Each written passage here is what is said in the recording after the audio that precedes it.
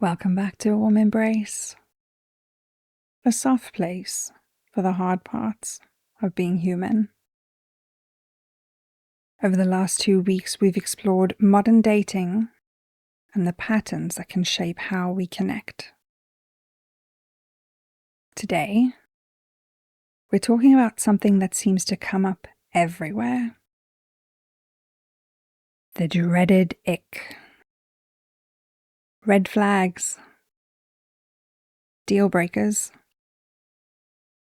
And before we start mentally reviewing every person we've ever dated, this isn't about judging ourselves or anyone else.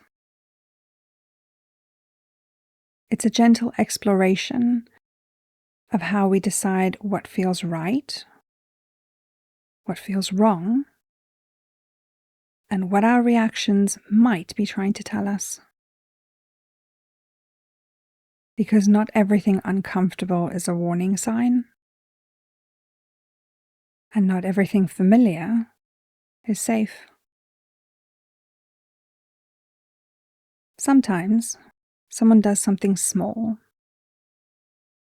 and suddenly, nope, the famous ick. But not every ick deserves equal weight. Preferences are personal. Maybe you hate socks with sandals. Maybe they laugh too loudly.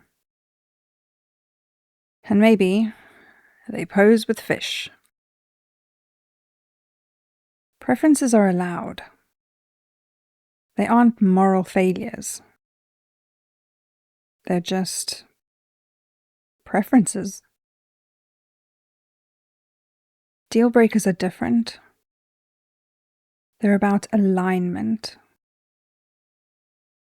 values, goals, lifestyle, the things that matter long term.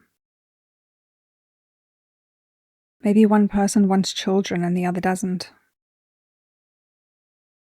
Maybe one person values adventure and spontaneity, while the other values routine and stability. Maybe one person is looking for commitment, and the other one isn't.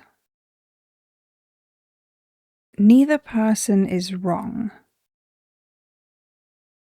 They're simply headed in different directions. And no amount of attraction can sustainably bridge a gap between two people who want fundamentally different things. A red flag isn't usually one moment. It's a pattern, a consistency, a repeated behavior. It's less about what someone does once and more about what they continue to do. How they handle conflict, how they treat people, whether their actions consistently match their words. Because everyone has bad days. Everyone gets things wrong sometimes. A red flag isn't imperfection. It's a repeated pattern that leaves you feeling unsafe, unseen, or constantly questioning where you stand. Sometimes we view new situations through old wounds. Not because we're doing anything wrong, but because our brains are constantly trying to make sense of the present using what they've learned from the past. If you've been hurt before, your system naturally looks for signs that it might happen again. And sometimes that can make it difficult to see a situation clearly. Occasionally, We mistake safety for boredom. A calm, consistent person can feel unfamiliar if we're used to relationships that kept us guessing. And sometimes we mistake caution for chemistry, the uncertainty, the waiting, the emotional highs and lows. Not because those things are connection, but because they're familiar. Our nervous systems often gravitate towards what they recognize, even when what they recognize isn't always healthy. That doesn't mean our instincts are wrong. It simply means that sometimes we need to pause just long enough to ask whether we're responding to what's happening now or what happened before. Because healing isn't learning to ignore our feelings. It's learning to tell the difference between intuition and old wounds trying to keep us safe. Fear is loud, urgent, demanding. Intuition tends to be quieter,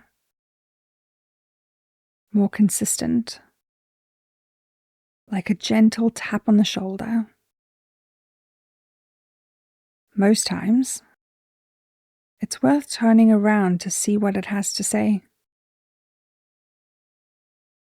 It may not always have the full answer, but it often notices something before the rest of us catches up. Let's pause here for a moment. Next time something triggers a warning, take a moment to gently ask yourself, is this a genuine concern? Or is this an old wound trying to keep me safe? And what would I notice if I approach this with curiosity instead of fear?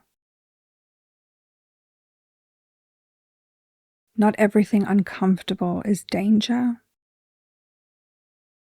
Sometimes it's simply unfamiliar. Thank you for listening to A Warm Embrace. Take what lands, leave what doesn't, and be kind to yourself today. I'll see you next week.